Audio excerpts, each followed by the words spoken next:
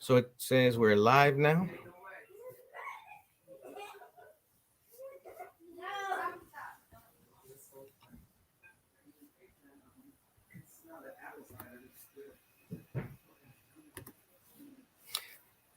Assalamu alaikum. En el nombre de Allah, el benéfico, el misericordioso, in the name of Allah, the beneficent, the merciful, I bear witness there is no God but Allah. And I bear witness that Muhammad is his messenger. We greet you, brothers and sisters, this evening in the greeting words of peace, which we say in the language of our ancestors, the language of Arabic. Assalamu alaikum, which means peace be unto you. En español decimos la paz sea con usted o la paz esté contigo. And we are honored and thankful to Allah to be with you again this evening as part of the family of Closing the Gap Broadcasting, on whose platform we are streaming live this evening using modern technology in the midst of a worldwide pandemic to bring to you a beautiful conversation, which we're excited to have with you this evening, featuring our brother, student captain David Muhammad from Muhammad Mosque, Milwaukee, Muhammad Mosque number 3, who's of Puerto Rican descent and is just a beautiful, beautiful brother that I've known pretty much my whole Islamic life. And I'm honored to have him on as a really featured guest and co-host, as he always has been here, to speak about atonement, a lifelong journey. He has a marvelous, marvelous story of his background as a Muslim, growing up and being a part of the Nation of Islam. So we're honored to have him on with us.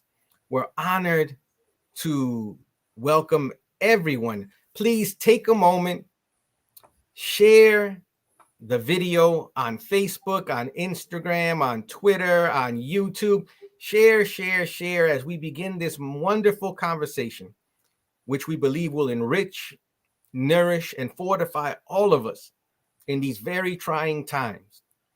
Because it is times like this when things sometimes appear bleak, sometimes we can be overwhelmed, where we need a word and we need testimonies that can strengthen us, to help us to understand that what we're facing, we're not alone. And though the odds may be difficult, they are not so difficult that we cannot overcome them. As a matter of fact, we're born to overcome them. And this is what we want to offer this evening: hope and inspiration for Black, brown, red, yellow, and all human beings who suffer and need strength in this hour. I'm Student Minister Abel Muhammad, the Latino representative of the Honorable Minister Louis Farrakhan in the Nation of Islam. And it's a great honor to welcome you to our broadcast this evening.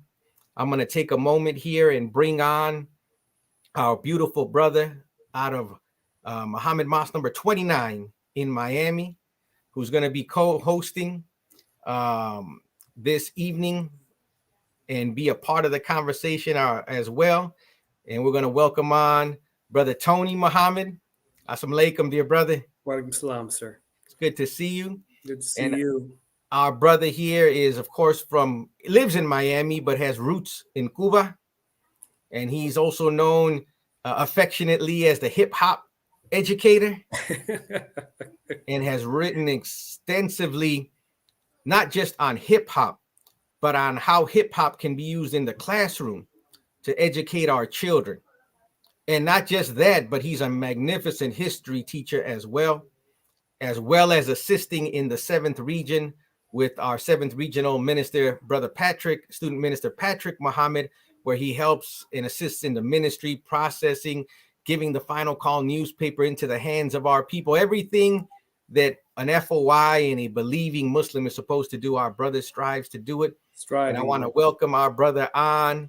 And I don't know if you have a word you wanted to share real quick, Brother Tony, before we bring on our featured guest today. Just very briefly, Student Mr. Abel, in the name of Allah, the Beneficent, the Merciful, who came in the person of Master Fard Muhammad, I'm forever thankful to Almighty God, Allah, for his coming and raising from among us the most honorable Elijah Muhammad, showing his divine favor among black people here in North America and to the Aboriginal peoples of the Western Hemisphere and all over the earth. And I thank them both, those two mighty hands, for shaping and fashioning the Honorable Minister Louis Farrakhan, the Messiah of Allah's Christ in our midst. In their divine names, I greet you in peace. Assalamu alaikum. And very briefly, Student Minister Abel, I'm going to say that testimonies are extremely powerful. The Honorable Minister Louis Farrakhan has taught us that we need more testimonies because testimonies are bearing of witness to him and his work. And so it's an honor and a pleasure to be on this broadcast here tonight. This is my second broadcast tonight. We make ourselves available. We cover down where we need to cover down, and all praise is due to Allah, Student Minister Abel. All praise is due to Allah. We thank you again, Brother Tony, for being with us. And now we're not going to delay any further. It's a great honor. We're going to bring on our beloved brother who's I believe he's at Muhammad Mosque number 3 right now as we speak. He is. Student captain and our brother, David Muhammad. Beautiful brother. We greet you, brother. Assalamu alaikum. Wa alaikum salam. Good to see you both. Thank you for honoring us with your presence and accepting our invitation to really be the featured guest today. Our brother is very humble and doesn't like to be the center of attention. You have no choice. Have his face as the only face on the flyer. Oh man. For the event. But I thought it was, and we all agreed, as well as our sister Nadira Mohammed, who's behind the scenes, who is very, very helpful in doing all that we do to make this broadcast possible. But she doesn't like to be in front of the screen yet. Not yet. On that as well. But soon, inshallah. Inshallah. But we wanted to welcome our brother, Student Captain David from Muhammad Mosque number 3 in Milwaukee. And I didn't know if you wanted to take just a moment to sort of introduce yourself, dear brother. If you can tell everyone a little bit about your background, just a little bit about who you are. You don't have to go into, yes, sir. You don't have to give everyone your birth date or anything like that, Yes, but just who you are, your lineage, if you will, the work of your father and mother and that which produced you, and your bringing you into Islam, if you will, your introduction into Islam. Yeah, yes, sir. Well, I'll start first off in the name of Allah, the Beneficent, the Merciful, bearing witness that Almighty God, Allah indeed did intervene in our affairs in the person of Master Farad Muhammad. Further bear witness that the most honorable Elijah Muhammad is the exalted Christ, and that the honorable Minister Louis Farrakhan is his extension and the extension of Allah's grace and mercy and the Messiah in our midst. I just want to greet everybody who's watching in the greeting words of peace. We said in Arabic, Assalamu alaikum. And that simply means peace be unto you for those that don't know the greetings. And it's interesting, when I go and visit some other faiths and different churches, particularly the Catholic Church, they turn to the right and to the left and say, que la paz sea con usted. And, that's the same meaning of Assalamu alaikum. So it's not a foreign greeting. So I'm just honored to be here, dear brother. And, you asked me to speak about myself, and you're going to have to pull that a little bit more out of me, dear brother, because I'm not one who really likes to go too much into myself in that way. So just go ahead and kind of lead the conversation and help your brother out. Typically, I like to be behind the scenes and do the work, but I'm very honored in any opportunity I get to really uplift the name of my teacher, the most honorable Elijah Muhammad, the honorable Minister Louis Farrakhan. I will certainly rush to that occasion because it really is that journey that really made me who I am. No, absolutely. We really wanted you to just start with how you became or how you came into the Nation of Islam. Yes, sir.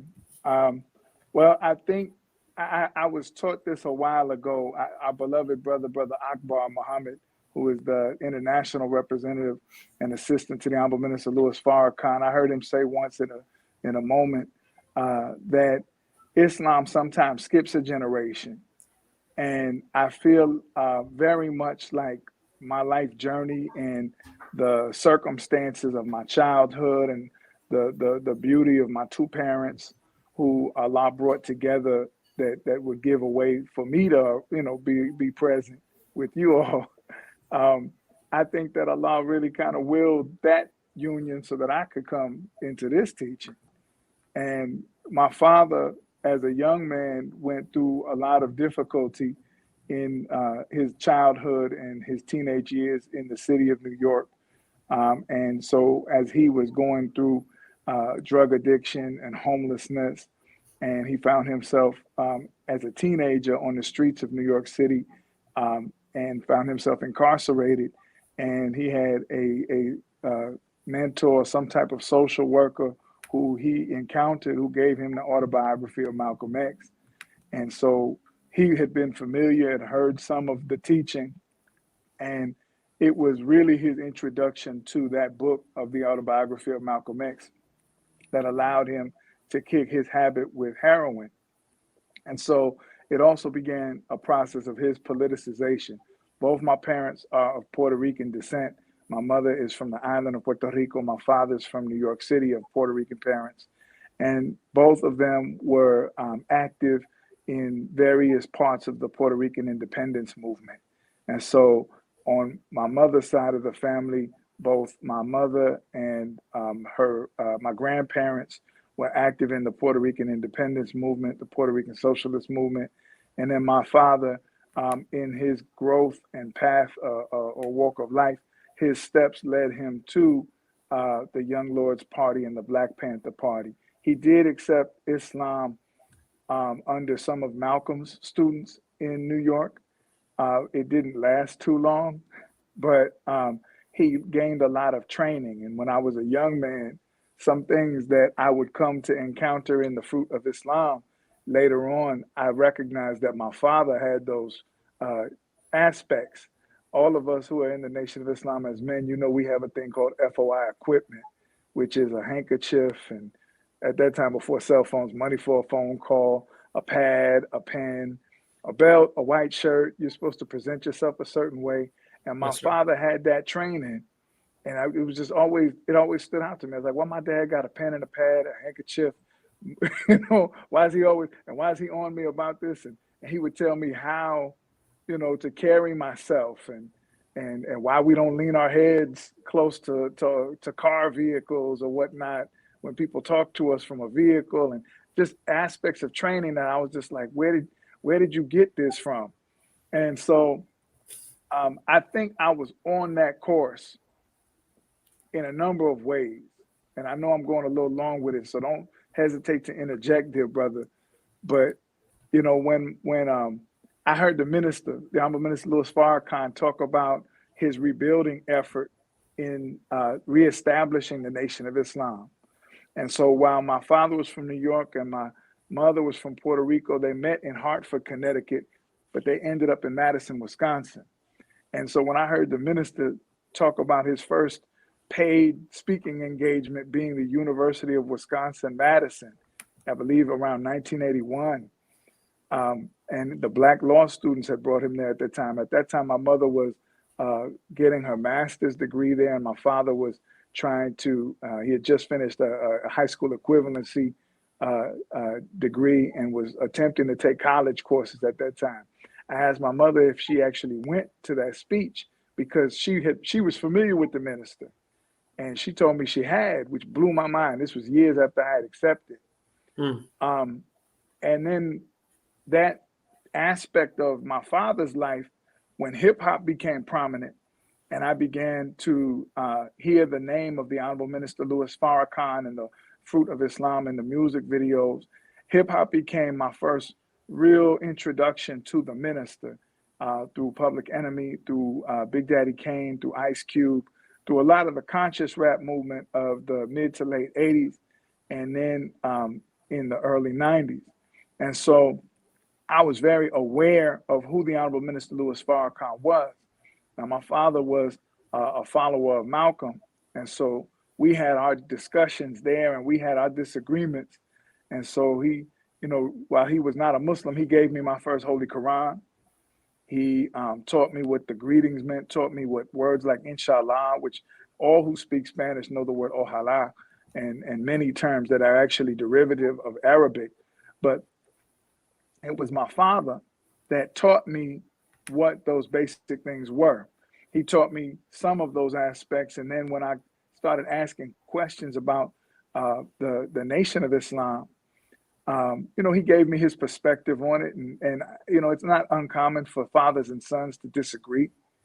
But I think in his view of the teachings, he actually pushed me closer to the teaching. And so I wanted to soak up all I could of the Honorable Minister Louis Farrakhan, which, I used to spend any time he would be on TV, my mother and I would watch him or watch him on Donahue or any of those famous interviews. And when you are a young person, a Black or a person of African descent or a Latino who is looking for someone who is a fierce champion for your people and a defender, and you're looking for that example, not only of manhood, but of a champion for both the Black man and woman, when you see the Honorable Minister Louis Farrakhan, you're not looking at a person who speaks to white people and code switches. You're not looking at one who is trying to curry favor to get something of benefit from their fallen world. You're looking at a man who is willing to speak bold, uncompromising, and independent. And that was at that stage of our introduction to him. Yes, sir. I mean, now, the minister speaks and the forces of nature back him up. So he's much more than an orator or anyone like that. And I think I recognized that early at that phase of my life. How old were you at that phase, approximately? Oh, thank you for calling that out. I was 14 years old when I first went to the mosque. There was a brother who was a DJ in Madison, Wisconsin. He's still around.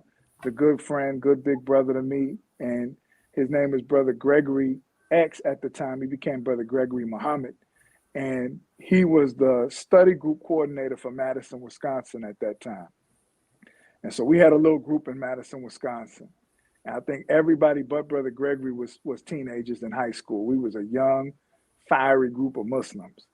And when I first heard him on the radio, he used to take speeches of the minister and play them over hip hop beats. And we used to call it the minister's mix.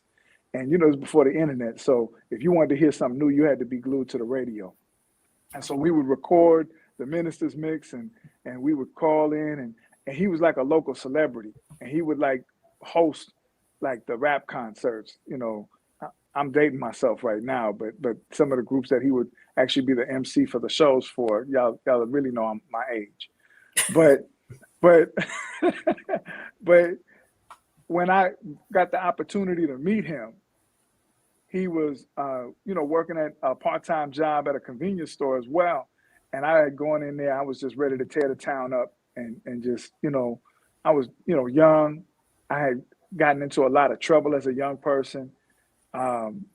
Because when you have the knowledge of self or when you're reaching for something and you know that you're inside of a construct that is not allowing you to be, live your purpose and live, your destiny in life as a Black man in the school system, as the minister called them, the killing fields. Yes, sir.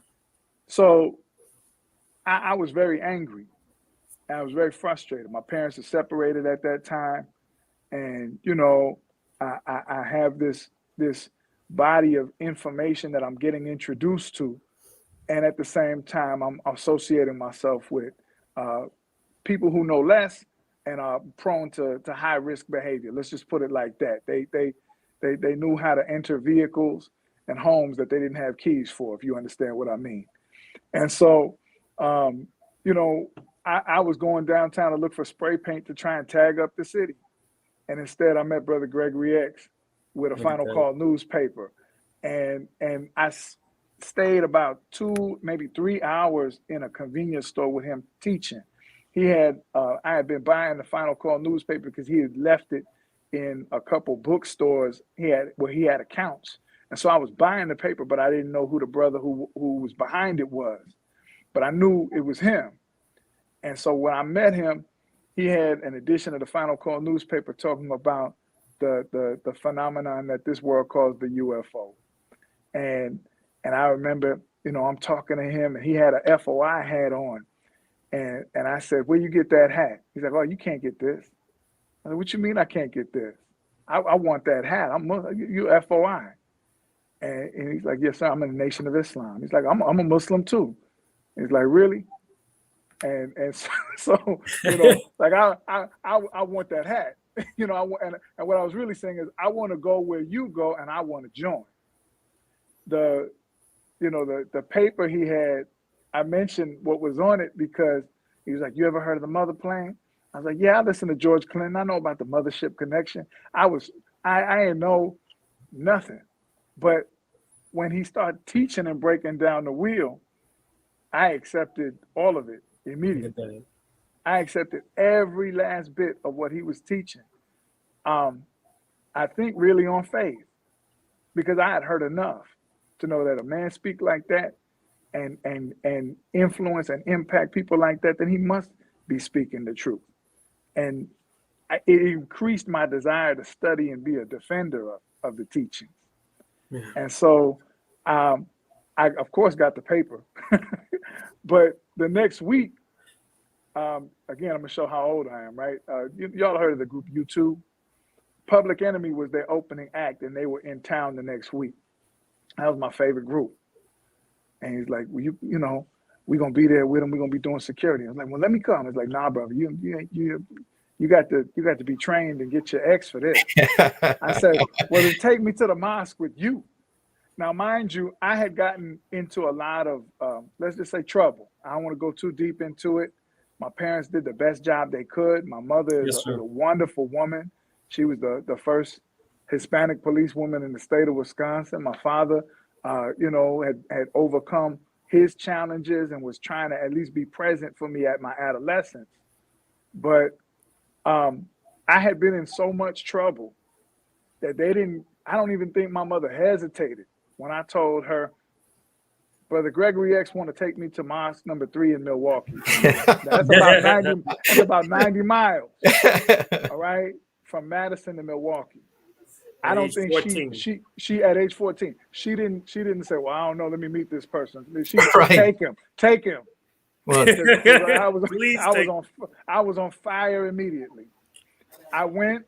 You know how if you come to the mosque and you're ready to join, you want to be that first one to stand up. I wasn't the first one that stood up that day.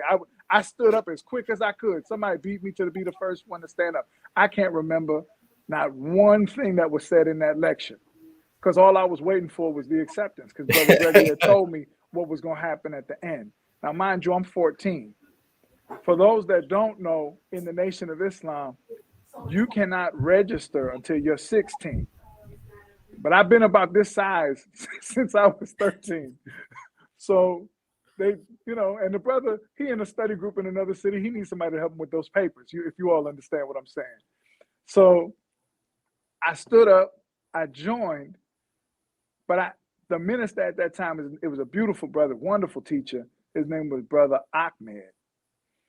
And Brother Ahmed told Brother Gregory that I was too young for FOI, so that I could do, but I had known too much of the world to do junior FOI. Let's just put it like that. And so I was kind of this in between. And so they kept me out of the processing class officially, but unofficially were processing me and teaching and training me.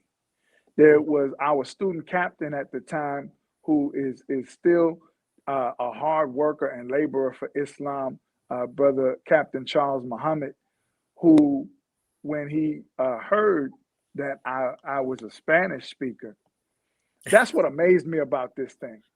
Brother Gregory immediately launched in when I first met him and started talking about how the indigenous people are members of the original family, and how the Mayans and the Olmecs and the Aztecs, how we're really one people, and how we're separated by landmass, but we are the original people of the planet, and we descend directly from God, who is not a mystery, but is a man, and is a black man, who is the self-created God. That blew my mind.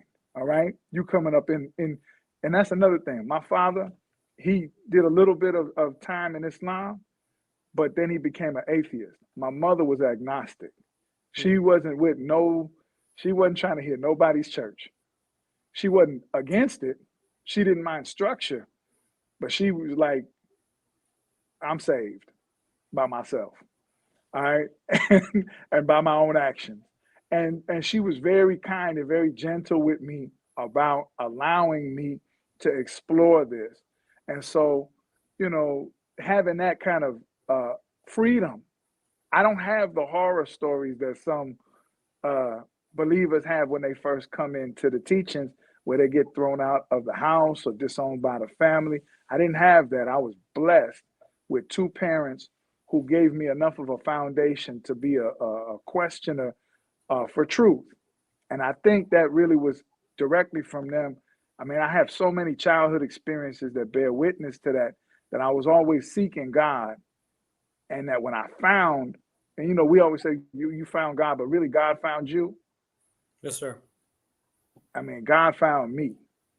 And I had found everything I was looking for when I got an official introduction to the teaching. Now back to Brother Captain Charles. Yes, sir. He gave me my, I think, a part of who I am in that first mosque meeting. Because when I was introduced to him,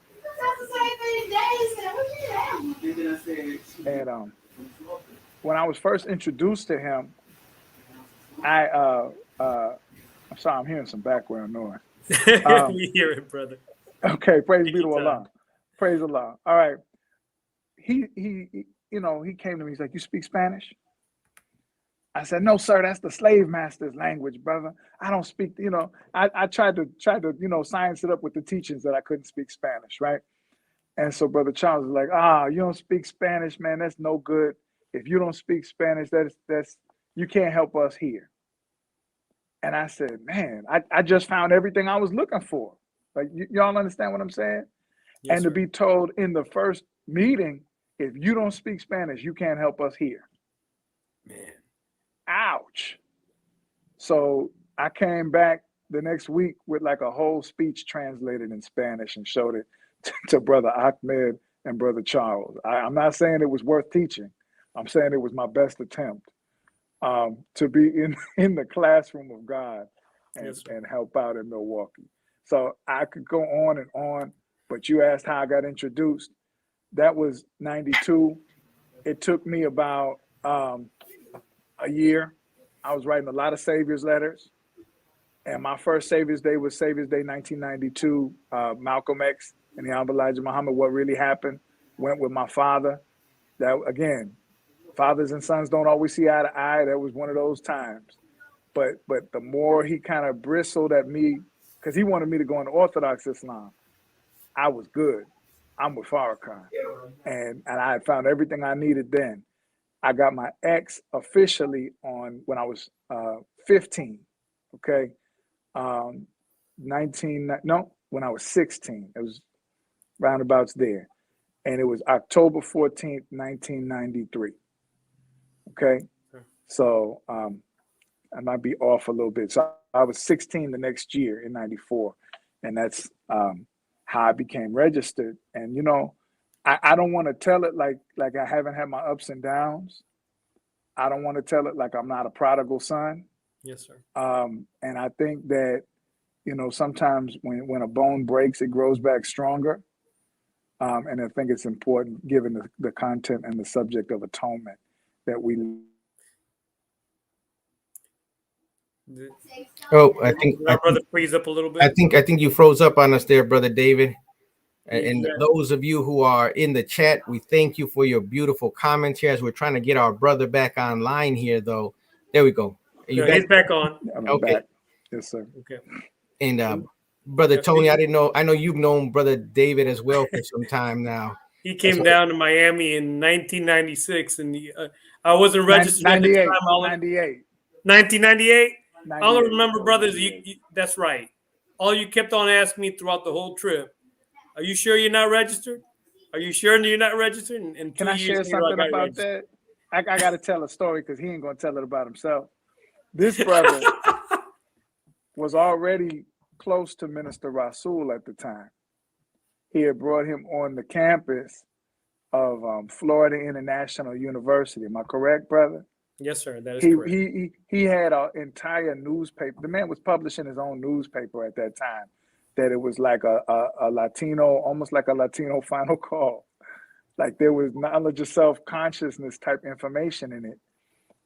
And I kept looking at this brother. I was introduced to him by brother Alfredo Muhammad. May Allah be pleased with him, and brother Michael Muhammad.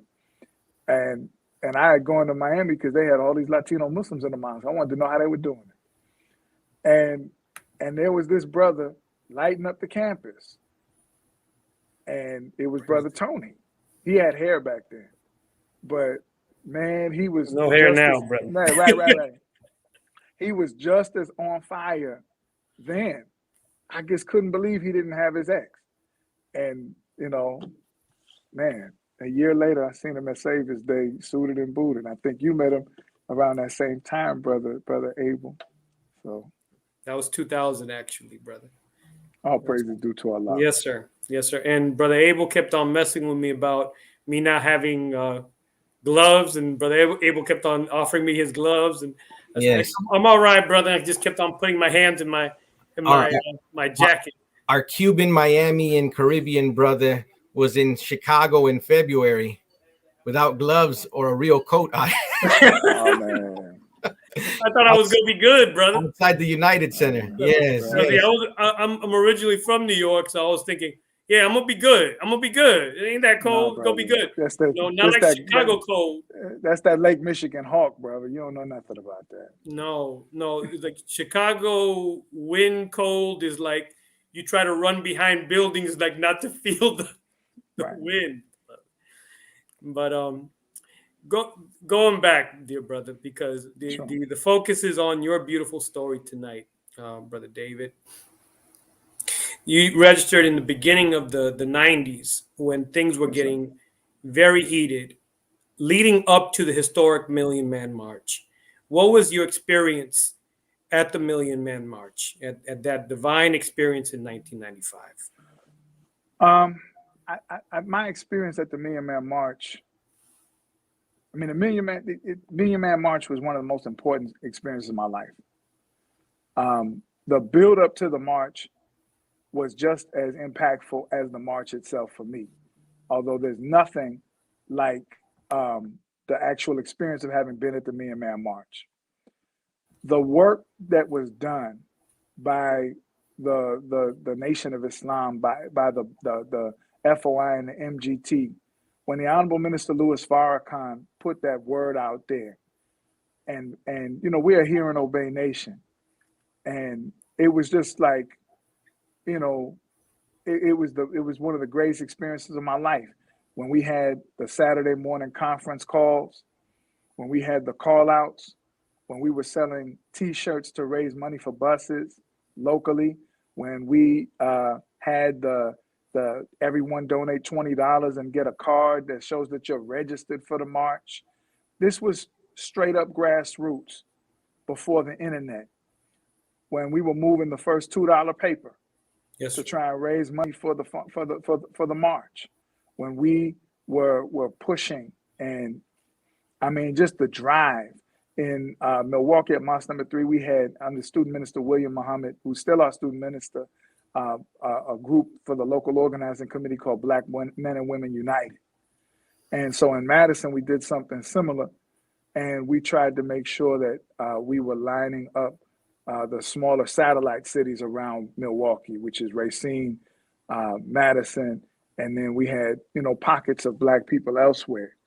And the way I was trained by Brother Gregory was go wherever you can find Black people and teach. Go on the college campus, go into the multicultural center. And so I would go inside of the University of Wisconsin-Madison campus, and we would go and would move out with the paper and really engage. You're debating on campus.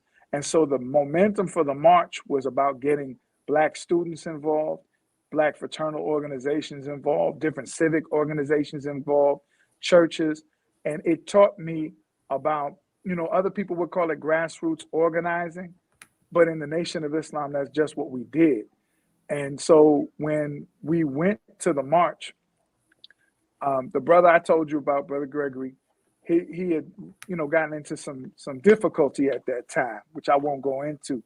And my my little sister, who's 2 years younger than me, we had reached the point like a week before the march where I was buying my ticket and whatnot and trying to get ready, trying to figure out where I was going to stay because we were moving and we were good with discomfort at that time, if you all understand what I'm saying, because that's what it took to get things done. We traveled a lot, as you mentioned, in the early 90s as a part of the Stop the Killing tour. If you was anywhere 4 hours, or if you were within 4 hours of the Honorable Minister Louis Farrakhan, any speaking engagement, you had to go. And we called a lot of jobs. We called in sick a whole lot to go and make sure that we were there. And we sacrificed a whole lot. And so this was no different. Week before the march, Brother Gregory is like, yo, I don't think I can make it. My little sister, I don't know how much money she had saved, but she gave all of it to buy this brother a plane ticket. Wow. Like, my family was so grateful of the impact that this brother had on my life that it was nothing for, I was like 17, 16 at the time, 15-year-old girl to give everything she had for this man to buy a plane ticket. We went to Midway Airport to fly 4 days before the march because everything in advance, right? And we flew into Baltimore. The airline messed up something on our flight, on our reservation. And so they had to bump us up to first class. Now here I go, I'm like 3-4 years away from being in juvenile corrections. and this brother a week before didn't have money for a flight. And now we riding on first class into BWI. And we were making moves. The joy of working at that time was so high because the spirit of collective effort was so thick. And when we went to DC, the Phi Beta Sigma fraternity was the host for the Me and Man March, their national headquarters.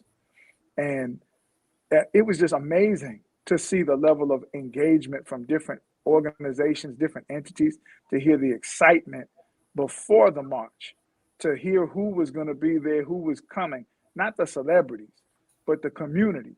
Because we've coming off the call of the Honorable Minister Louis Farrakhan, bottom line. And when we were in DC, we're at the FOI class and we're making moves to look out at the 13 blocks of the mall of the Washington Monument to the Capitol. And, we were a part of a detail that was on like the 11th block. And these are like, these are like New York City blocks. If you've ever been to the Washington Mall, those are huge blocks. And they were packed shoulder to shoulder with people. And we were in charge of keeping the sidewalk clear so that we could get through and keep crowd control and do the charity collection that day. So mind blown. I spent the night before the march, we were in a van sleeping in shifts. Wow. All right, because somebody got to stay awake and look out, right? And so we were in a van right on by the mall.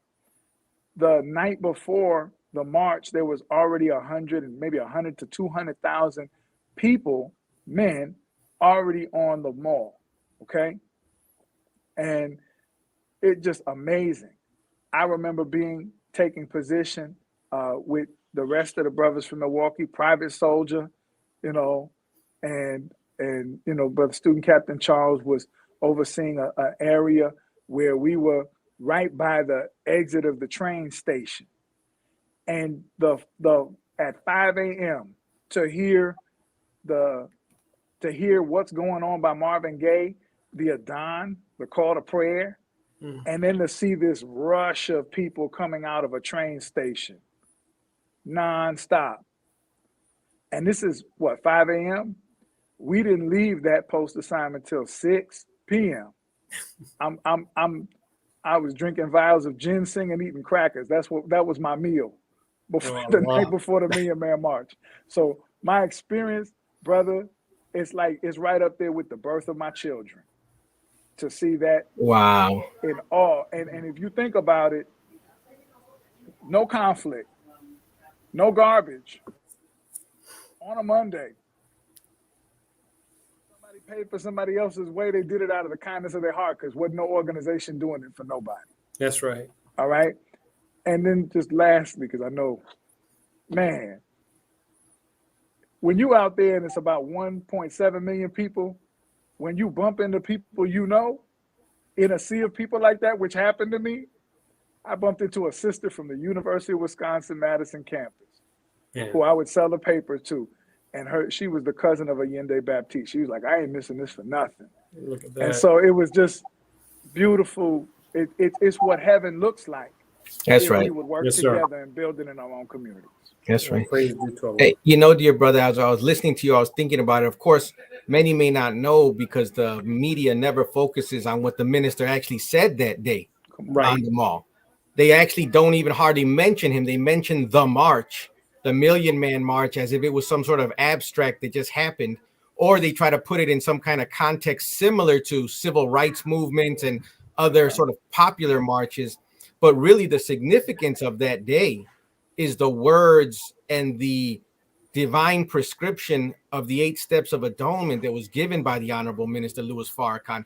I don't think I've ever seen any publication outside of the Final Call newspaper that has even properly lifted or focused on the minister's redemptive message of salvation to Black men in particular, but to the world in general that day. And I was wondering if, you know, with the significance of that message, is there anything that, you know, even today, you know, all of these 26 years later, that really resonate with you today from that message of atonement that was given? Yes, sir. I mean, the call of the march was a day of atonement, reconciliation, and responsibility. It was also called, we were calling it Exodus. And you know, you read the story of Jesus and Lazarus and his, you know, Mary and Martha at his side, and you know, he's dead. You know, Jesus wept, shortest verse in the Bible, and he's not dead. He's just sleeping. He's been in the grave 4 days. Lazarus come forth. That was it. I mean, we saw the Black men stand up that day. The world saw it. And this is after Menace to Society, Boys in the Hood, Colors, the gang peace movement that the enemy tried to stop with the LA riots and other pieces like that. And then you had the crime bill in 94, and you had the contract on America. All of that was the backdrop, all right? Not to mention OJ, we won't go there. But I'm saying as far as the message of the minister, he's a divine man, and we have to understand him through scripture. So just like I gave that example about Lazarus, see, the Holy Quran talks about, you know, the Messiah taking clay into the form of a bird by Allah's permission, and it takes life. He gave a word that day that gave life to Black organizations across the country, to the adoption of children by the thousands, to the mentoring of young men, to an engagement in violence prevention work in the community by people who committed themselves to their community and recommitted themselves to their families, by people who carried forth that effort and have still been on the march 26 years later. And that is a story that, see, they don't want to give him the credit as a divine man with a divine call, because there is no other, you know, I know we have the work of Reverend Bevel and others who came to the minister with the concept of atonement. But atonement is the work of Aaron in the scriptures. That's right. And Aaron is the minister of Moses. And so when you have in Message to the Black Man, and it talks about put the Muslim program before Congress. He put the Muslim program before Congress and put the Muslims before Congress that day. And Congress got up out of town that day. And there was no reason to fear. The hope of America was really on display that day. And we can see recent events that reflect something other than that, but based upon the word of the Honorable Minister Louis Farrakhan. And so when we look at the 8 steps of atonement, if we put them into practical application in our community, the first paramount principle is that someone has to tell the truth. Someone has to point out the wrong. Many of us find ourselves in conflict and we don't get past the second stage because many people, because of ego, because of position or title, do not want to acknowledge wrong when it's pointed out. You have to be sackcloth and ashes and humble to accept that. And you have to kill the ego when someone brings something like that to you. And it's not an act of teaching, it's an act of listening, to be taught about how something may have affected or impacted somebody else. It's not easy, but it demands that we hear a cry from one who has felt injured. I don't mind going through all 8, brother, if that's okay, because like I said, many of us don't get past number 2 because of ego. Come on. And then when we get past it and confess the fault, we have to confess the fault to God first and feel sincere remorse. Say that. Say that. And we're in this pestilence from heaven that the enemy can't get their arms around because their arms are too short to box with God. Brother David, the most difficult one is number 1, because we don't want to admit that we're wrong. And sometimes we're scared to even tell somebody that they're wrong. And it leads to an argument, you know? Well, I think things can go south, but here's the thing about that, dear brother. Mm-hmm. Some of us hear someone point out a aspect of us or behavior that might have caused injury or offense, and we think we can't be wrong. Come on. This person must be wrong. And that's why on number 3, when it says confess the fault, many of us, have you ever heard somebody say, if I offended you? Right. If is conditional. There's no such thing as if. Right. If is 2 letters, but it's one of the biggest words that doesn't exist. There's no such thing as if. If a person, all right, brought something to you, that means they were offended. Right. And so you got to look into what's being said. Critics can be our best friend. And that's why I wanted to just put it out there like that, because to confess fault, you had to hear what someone is saying. Then you got to weigh the truth of what someone says. And then you have to atone to God first for mishandling each other, because we're really a gift to each other. And just, we're either sandpaper or wood to each other. That's right. And then, that leads us into the 4th step there, Brother David, which we had talked about online before a couple of days ago, or 2 days ago, or yesterday. I don't remember. All the days are merging together for me. Yes, sir. But the number 4, which is when we get to the halfway point, right, of the 8 steps, repentance. Right. Which is a feeling of remorse or contrition or shame for the past conduct which was wrong and sinful. This seems to me a very pivotal stage in the process, right? Because this has a lot to do with the acknowledgement and the confession. Because once somebody's pointed it out, once we've acknowledged it, it was wrong, then we go to God confessing, and then after to God, we go to the one who offended us. So we have to then take on this other quality. If you remember what we were talking about before, what's your take on this particular portion of the 8 steps? Step number 4, repentance. Number 4 talks about a condition of the heart. You have to be lowly in spirit and recognize harm done to feel shame or remorse. The Honorable Elijah Muhammad said that if you cannot shame a people, you can't change a people. That's right. And so if it's one thing to be just out of line, and we know because we have a law that we live by, but what about the offense of self-righteousness? And so in the Holy Quran, we are given the picture of Iblis. And Iblis, Allah rebukes him and says, as thou hast judged me erring, that he will lie in wait for them in thy straight path. Then there's another part of the Quran, Iblis is caused to be disappointed. Right. All right.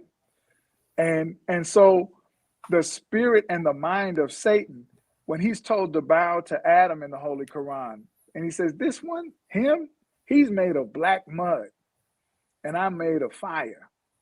And fire, the fire of emotion, the fire of ego, fire is a blinding aspect of nature, and mud is a purifying agent.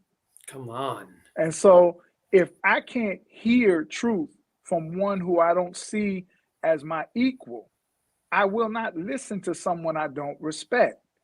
And the problem is, and the word respect is a heavy one because it means to look at again. We don't look at each other through the eyes of God. We judge each other through our ego, our emotion, and how we impact each other. So if we don't have the right spirit to hear what a person is saying, to hear God in that person that we see as less than or not of the same quality as we are, then we will not necessarily have the right heart to feel the type of remorse. And then we put ourselves not in a state of humility, but in a state where God is in position to humiliate us and give us humiliation for us to be checked. And that's why we should always seek the mind of God, seek the vision of God when it comes down to one another, because we really don't see things as they are. We see things as we are. And so we always have to consider that. Brother David, anything else in the message of the Honorable Minister Louis Farrakhan as relates to atonement that you could reflect on over the years that's affected you? Well, this process, I feel like, is practical application for unity. Yes, sir. And unity, as our brother Nuri says in his representation of the minister, that unity doesn't mean uniformity. Right. And so that means that at certain points there will be disagreement, and at some points there will be even offense. So I think when the minister gave these 8 steps, it was probably the most profound thing for me, in addition to the diagnosis of a sin-sick nation. Much of it, when you talk about the sickness of white supremacy, that's the mind of Satan. That's the mind of Iblis. That's the mind that can't hear, and he said this in the lecture, the voice of an ex-slave living in the belly of this great nation that is giving a healing and a medicine for the sickness of America. And I heard it loud and clear. And that was probably one of the most impactful things, because when you look at the scriptures, we're not given, prophets are sent by God to try and correct a wrong. If God wanted to destroy and punish, it wouldn't be none of us left. And so when Jesus is asked, Master, he's asked about the time, and he's asked about the manifestation of God. And he said, this wicked and adulterous generation seeketh after a sign. They won't have any other sign except the sign of Jonah. Jonah is the only successful prophet. All right. He didn't want to teach the people of Nineveh. Yes, he ran from his assignment. He was in the belly of the big fish until he bowed, humbled himself, and faced the east, and then was spit up on dry land and preached to the people and found that they would humble themselves and accept what God had given Jonah to teach. So here you have a man who's fulfilling that. Now, there's other things that the Honorable Elijah Muhammad wrote, particularly about Babylon and how, could have been saved. And so, judgment is based upon our acceptance or rejection of Allah's servant and messenger in our midst. And that's the Honorable Minister Louis Farrakhan. I saw it clear as day that day and still see it that way today. And the practical application of atonement, I just have to say it like this, dear brothers. If atonement is tied to repair, Many of us push ourselves to beg forgiveness or to forgive before we even get past the stage of acknowledging wrong. And so there's a degree of repair that can only happen if we are separate and apart. One of the reasons that I was so attracted to the teaching is because I was a child of the Puerto Rican independence movement. So the idea and the concept of being in a state or territory that we controlled for our people and practice self-determination resonated with me. And so that was a part of the message as well, that here you have Black people who have given blood, sweat, and tears, who literally have built these houses that surround the Washington Mall. And we're the victims of a conspiracy of depopulation as well as incarceration. We're the victims of a conspiracy of fratricidal conflict at the urging of our enemy by weaponry that our communities don't produce, yet they find themselves in our communities. And it's easier to find access to them than it is to find education or employment. And so when you look at a community like this, what is the duty of a nation that has put us in this condition? And what is the way and the method that we can be healed from that? And what unfortunately has happened is the fratricidal conflict that has been promoted in our community since the late 60s and since the 70s, because it was done in opposition to the success of the Most Honorable Elijah Muhammad and his program. It is this that I would just say we've fallen victim to looking at each other as the enemy. Right. And the closer we got to unifying, that's when the enemy had to create another conflict, and that's black versus Latino. And we see that in the various cities across America, and we see that in the political conflict. We even see it in the discourse today. The healing is the teachings of the Honorable Elijah Muhammad. I heard it loud and clear then, and I see it today. That's right. But the atonement is one first that we must do with God, then to each other, and a nation that has to atone again until justice is done for the Black and the indigenous in this country. America will never have peace until we are allowed to heal and build for our own communities.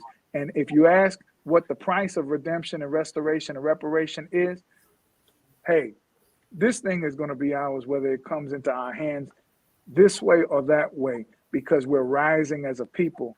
And the leadership, the wisdom, we are a people blessed by God, who have been blessed with the greatest leadership and the greatest insight. And if America would just do right by us, they would find an extension of their days if they would only grant justice to this oppressed people within their midst.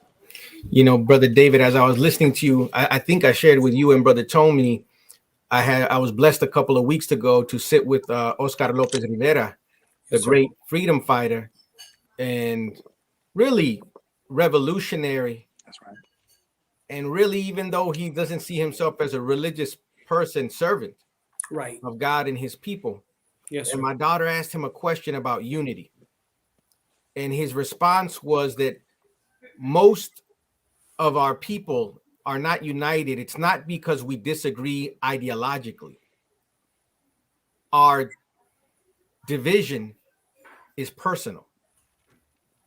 And really, the steps of atonement are exactly, absolutely a remedy for that, if we would accept it. If we would humble ourselves and seek the favor of God. And I think that's what we see too often now. And I think it's a great point you raised up as we start to wind down the program that I wanted you to touch on, and you as well, Brother Tony, if you wanted to chime in on it. Yes, was the point that you brought up that the Honorable Minister Louis Farrakhan has presented to us as well, that in the 60s going into the 70s, there were television programs that focused on Black and used the word Black in the title even. Right. But by the end of the 70s going into the 80s, you now have that eliminated, where we were once the Black and we were all uniting under that Black umbrella. We started having the language changed by the government and by those appointed by those who govern as propped up leadership. Now we started hearing this language: minorities, disadvantaged, poor. Then a new label gets introduced: Hispanic, Right. officially as a as a label and a branding for the people from Latin America. And it was these labels, and of course we see that in the 80s. Then by the end of the 80s, you now have movies like Colors that have come up. That's right. Then you have, by the 90s, which you mentioned, Menace to Society. This is all in the transition from the 80s to the 90s, because we saw growing and fostering and existing a real natural unity between the Nation of Islam. Right. You had from that groups that had popped up in New York City and in California and in different places, inspired by the teachings of the Honorable Elijah Muhammad. You have also the Black Panthers, you have the Young Lords, you have the Brown Berets, you have all of them working cohesively and collectively. Sure. But all inspired by the example of the Honorable Elijah Muhammad. So now here we are now in 2021, and it seems like we're trying to rebuild those ties, because from the looks of it on the outside looking in, the media tries to portray as if there's some great division and that this has never been before. These are these, subjugated and divided groups for so many years. That's why they're in these poor conditions. And I wanted to know, each of yours, if you will, take on that, especially through the eye and of the lens of the teachings of the Honorable Elijah Muhammad. Ooh, I thank God for the lesson we got called Actual Facts. That's right. Because it busts up, the population of the original nation in the wilderness of North America. All right, 17 million, 19 million. That's in our student enrollment. But then we're also taught about the population of the original nation throughout the planet, which is 4,400,000,000. This is at the time, which is in 1934. And then we're also taught about producing land and 29 million versus the 23 million that is controlled by us, and the 57,255,000 square miles of land. All right. And so we're in the midst of what's being called a climate crisis. We're also taught about that too. But when they come forward with names and they come forward with different definitions for us, we have to remember that if we are the original people, we can't be limited by our landmass, and we can't be limited by our flags or ethnicity. That's right. And then there's something even more insidious, recognizing that white supremacy is the foundational mindset, really satanic mindset, that undergirds all of the systems of power in this world that have been propagated by the West and by the United States internationally. That being the case, as a people, it feels like we're falling backwards almost into colorism, where now people who are light-skinned are not fully considered Black, and people who are part indigenous and part African are being disowned from the African diaspora. But the global teaching of us being a member of the original family is that root teaching that the Honorable Elijah Muhammad gave us in Message to the Black Man, where he taught about the origin of the different colors, and he also taught about who we are in relationship to each other. And our lessons teach us that as well. Again, we are the indigenous people of the earth. We are the aboriginal people of the earth. All right. We are not bound just by Africa or the Western Hemisphere. We were called the Asiatic Black man. And so while some may not ascribe to that terminology, we have to acknowledge that nowadays the introduction of this type of language is being used to divide us and divide our focus. And I think it's important. I do also want to shout out people like my sister Rosa Clemente and other people who, as Latinos, as Puerto Ricans, we are not rejecting our Blackness. In America, you can be light-skinned and still be considered Black, but in Puerto Rico, the reverse is the case because of the way that our slave masters use race. And so color became a way to gain access and social power and clout in Latin America. But in America, you're thrown in the same boat. That's why everyone who is studying this should really look up the history of one named Pedro Albizu Campos, who was the Yes, leader sir. of the Puerto Rican independence movement. He's the equivalent of Marcus Garvey for Puerto Ricans. Yes, And sir. his experience as a Black man in the American military and in the American educational system caused him to know that if they couldn't accept somebody who was suspected of having a Black great-grandparent, they couldn't accept an island full of people who are mixed with the Black and the Taino as well as the Spanish. And so I think there's very significant things that we should learn from the struggle of Black people in America, but also recognize that we are not going to be divided from our people because we come from the same God as the originator. Praise due to Allah. Student Minister Abel, what I reflect on in your question, beloved, I remember in the 90s when, I believe this happened right after the Million Man March, there was division that was fostered within the hip hop community. You talked about you're the hip hop educator. Well, I was in the midst of hip hop during that time of the 90s. I grew up in hip hop in the 80s. I got tuned into the Honorable Minister Louis Farrakhan because of hip hop. And I knew that there was a difference between East Coast and West Coast. You know, West Coast was at one point promoting gangster, you know, and East Coast, I mean, there was gangster in the East Coast, but there was knowledge that was coming from the East Coast, but that also propelled and influenced the West Coast to at least come out, and artists were coming out with at least one conscious song on their albums. But with the whole condition between Tupac and Biggie, that was something that was emphasized by the media. When they started emphasizing East Coast and West Coast rivalry, I was like, what is this? And what do they know about this? Well, we're dealing with Yaqub civilization, which they intensify any kind of division that lies between us. And today, one book that we absolutely need to read, if we have not read it as of yet, is Message to the Black Man in America. Because in that book, when the Honorable Elijah Muhammad is going into Yaqub civilization, when he's talking about and that's in the chapter entitled The Devil. And that begins on page 100 in Message to the Black Man. He talks about how the devil was made and how what was emphasized to cause division among the original people when Yaqub's creation was among us was differences. There were any kind of arguments or problems that may be lying between us. They increased them. Even if there was no problem between us, they were manufactured. And so I remember, Brother Abel, just during that time of the 90s, beefs were intensified in the hip hop community. And among us as so-called Latinos here in Miami, Florida, and I was going to school at that time. I was as Brother David mentioned, I was at FIU, Florida International University.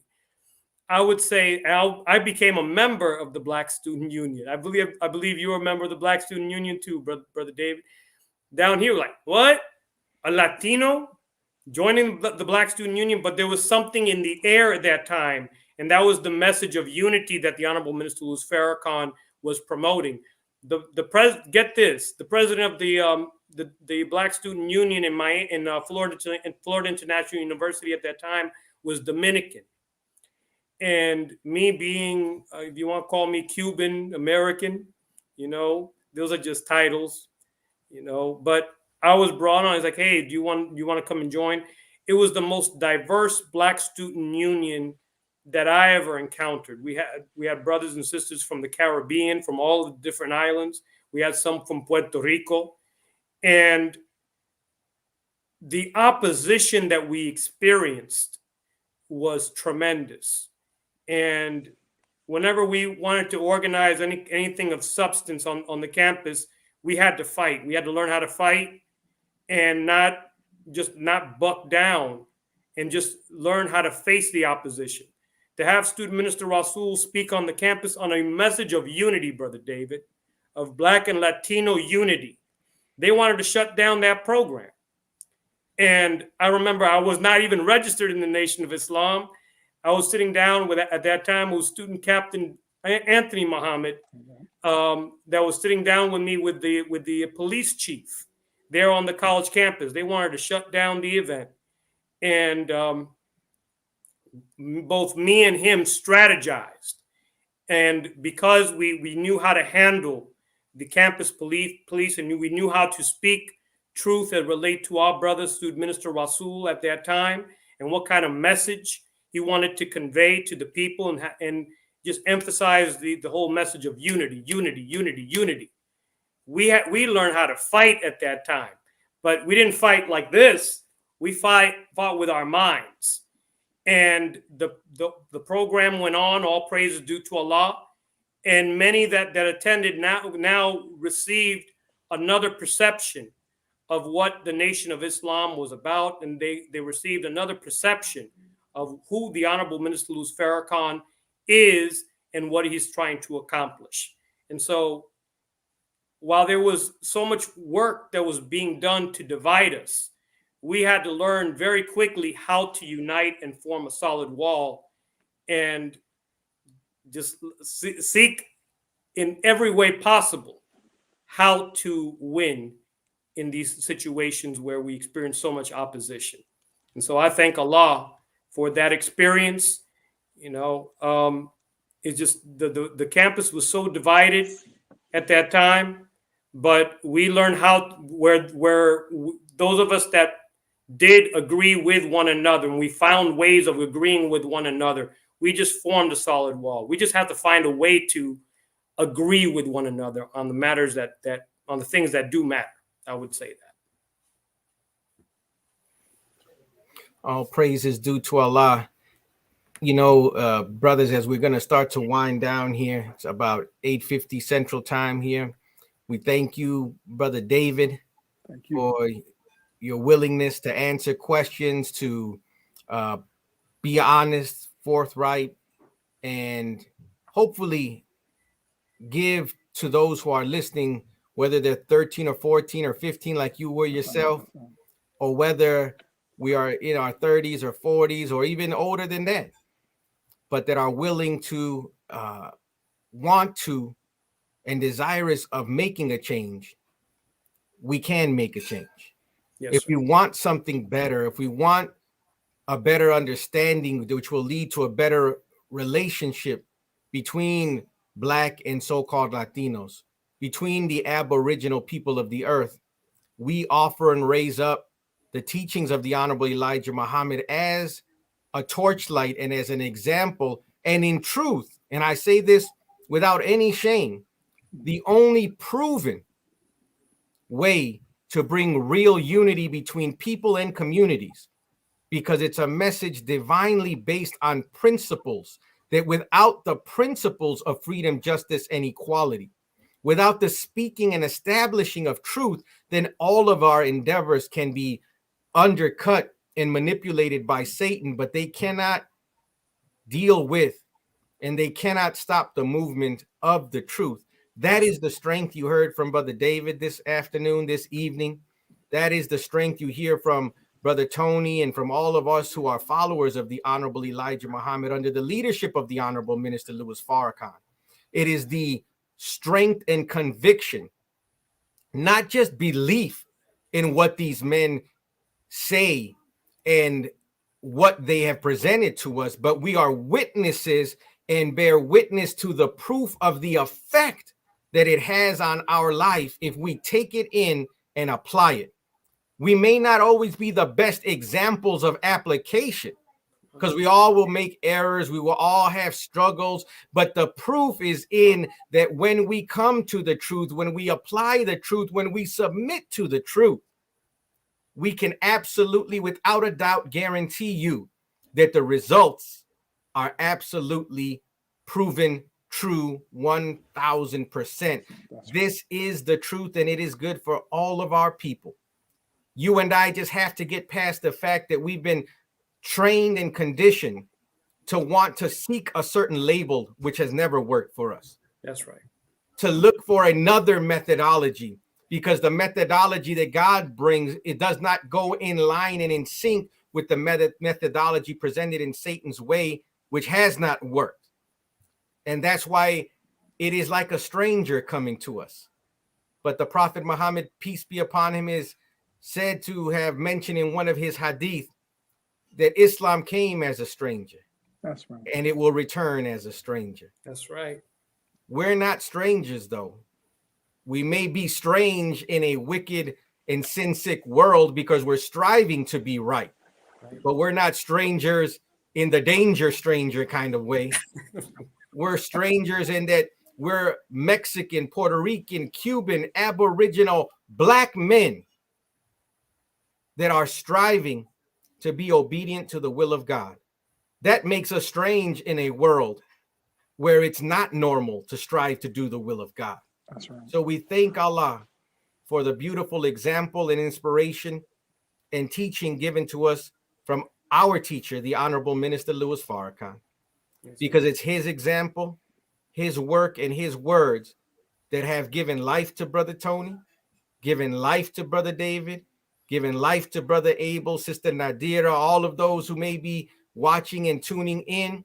Those of you who are looking for a better life, we extend to you this invitation to tune in this Sunday to noi.org and hear this life-giving teaching for yourself.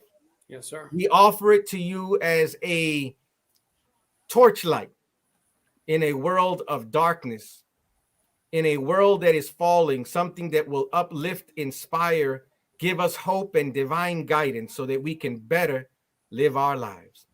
We thank you all for tuning in. Is there any last words that Brother Tony or Brother David you would like to offer before we close out?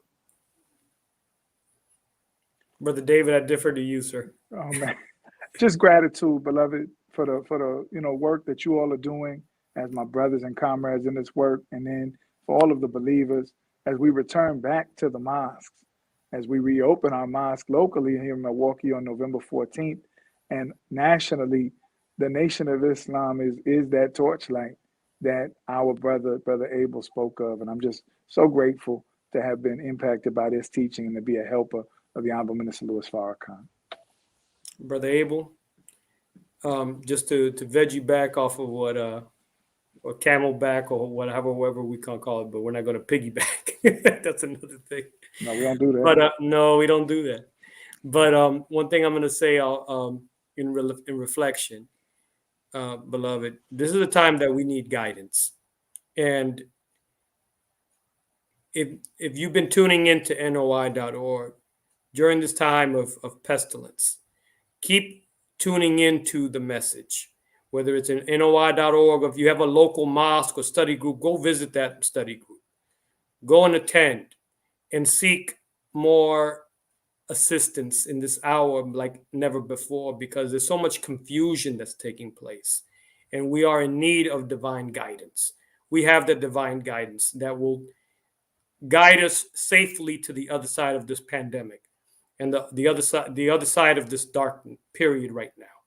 And so we implore on you, we ask of you to seek that guidance. If you are a Muslim that has lost his way or her way, go and get your way back. Reclaim it. Because right now this is a dark time and we need as much light as we possibly can. And so you already know that we need these teachings that is giving us life. Don't walk away. Don't run away. Don't be like Jonah. Just consider this right here as you're calling back to your nation. I'm just going to say it like that, Brother Abel.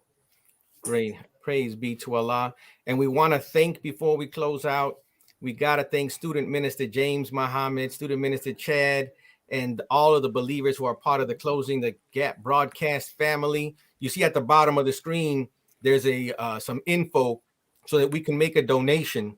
Yes, sir. Via PayPal or Cash App. This platform, this beautiful platform that we're on that reaches everyone via YouTube and Facebook and other areas where people can view this live, it's not free. So we want to ask that you make a contribution and donate to support the work of Closing the Gap broadcast. Via PayPal, you can go to jkingdom1@aol.com, or via Cash App, you can go to $CTG broadcast and make a contribution. If all of us just give $1 or $2 or $5 or whatever you can afford to support this wonderful work, because it's not just Nuestra NOI that's on here. It's not just Closing the Gap. They have the youth on here, Research Minister on here. It's used for so many purposes to bring us so much information.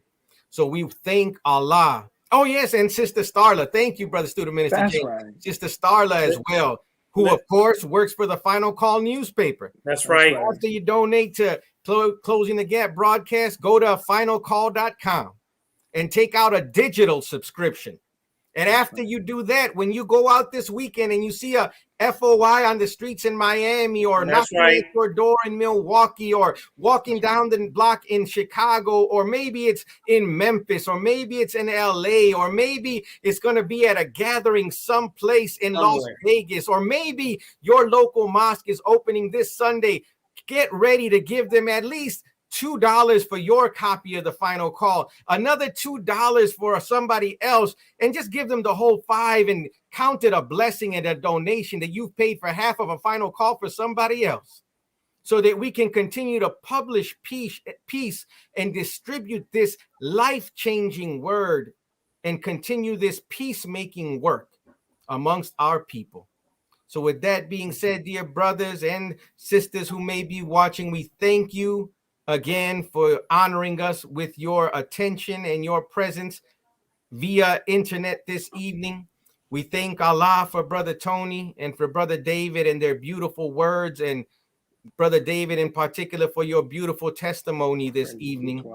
And we pray that inshallah we'll be back in a couple of weeks to continue these conversations on Nuestra Nación de Islam, Nuestra NOI, to help give a perspective to so many from Latin America who think that the Black Muslims are something for other people, and don't realize that you can be a Mexican and a Black Muslim. You can be a Cuban and a Black Muslim. You can be a Puerto Rican and a Black Muslim. That's right. You can be indigenous and a Black Muslim, because Black is not local, Black is not regional, Black is universal. That's right. So may Allah bless us to understand this divine remedy that has been given to us in the teachings of the Honorable Elijah Muhammad, as represented by the Honorable Minister Louis Farrakhan, that we may heal the wounds have been inflicted on us by our enemy, and be better servants of one another, our people, and be better examples of what a God-fearing, disciplined, and submissive human being to the will of God looks like. May Allah bless you all. We thank you again. Don't forget Friday night study group, NOI.org, 7:30 Central Standard Time, and Sunday, 10 a.m. Central Standard. Tune in to NOI.org, or head this Sunday. Many of your local mosques will be opening, but if not, by next week, November 14th, the Nation of Islam is open for business. That's right. Welcome back to your mosque. May Allah bless you, brothers and sisters, as we greet you in peace. Assalamu alaikum. Alaikum salam, sir.